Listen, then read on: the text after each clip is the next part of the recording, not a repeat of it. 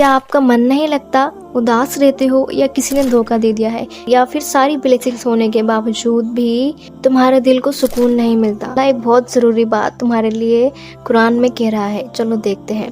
اللہ تعالیٰ سورہ الرعد کی ورس نمبر 28 میں فرماتا ہے، جو ایمان لاتے ہیں اور جن کے دل اللہ کی یاد سے آرام پاتے ہیں، اور بے شک اللہ کی ہی یاد سے دل آرام پاتے ہیں۔ وہ لوگ جو ایمان لاتے ہیں، اللہ یہاں ایمان والوں کی بات کر رہا ہے جو دین اسلام پر ایمان لے کے آئے ہیں۔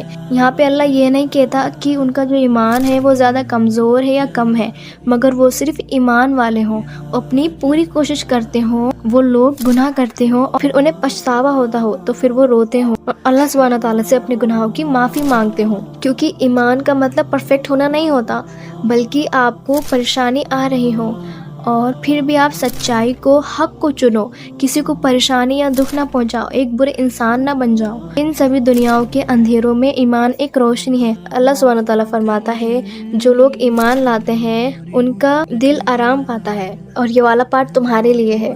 جب تم رات کو اپنے بستر پر اکیلے رویا کرتے ہو اور تمہارے آنسو کو تمہارا جو تکیہ ہے وہ سونکھ لیتا ہے، جب تمہارا دل بہت بھاری ہو جاتا ہے اور تم خود کو رو رو کر سلا دیتے ہو کیونکہ تمہیں کوئی بھی سمجھنے والا نہیں ہوتا، یہی ایک نشانی ہے کہ تمہارا دل چاہ رہا ہے کہ اللہ کے قریب ہونے کے لیے۔ تمہاری جو روح ہے، سوئل ہے، جو تمہارا دل ہے وہ تھک چکا ہے، تم ٹوٹے ہوئے نہیں ہو، تمہیں اللہ کی ضرورت ہے۔ اور اس کے بعد اللہ تعالیٰ فرماتا ہے، اللہ، جس کا مطلب ہوتا ہے بے شک، بنا کسی شک کے اللہ تم سے کہہ رہا ہے کہ دھیان دو، یہ بات ضروری ہے، اور بے شک اللہ کی ہی یاد سے دل آرام پاتے ہیں۔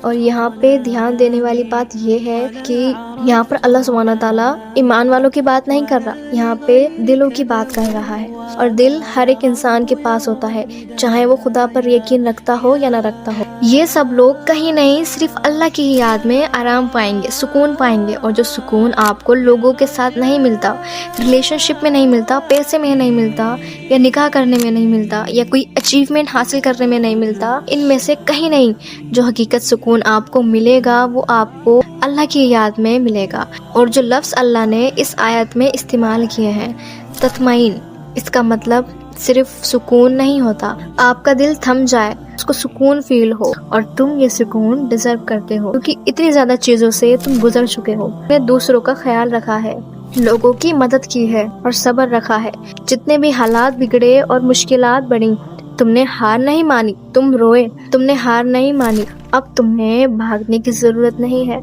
اپنے دل کو نم یا کولڈ بنانے کی کوئی ضرورت نہیں ہے، اور اس ریل کو نشانی کی طرح لو۔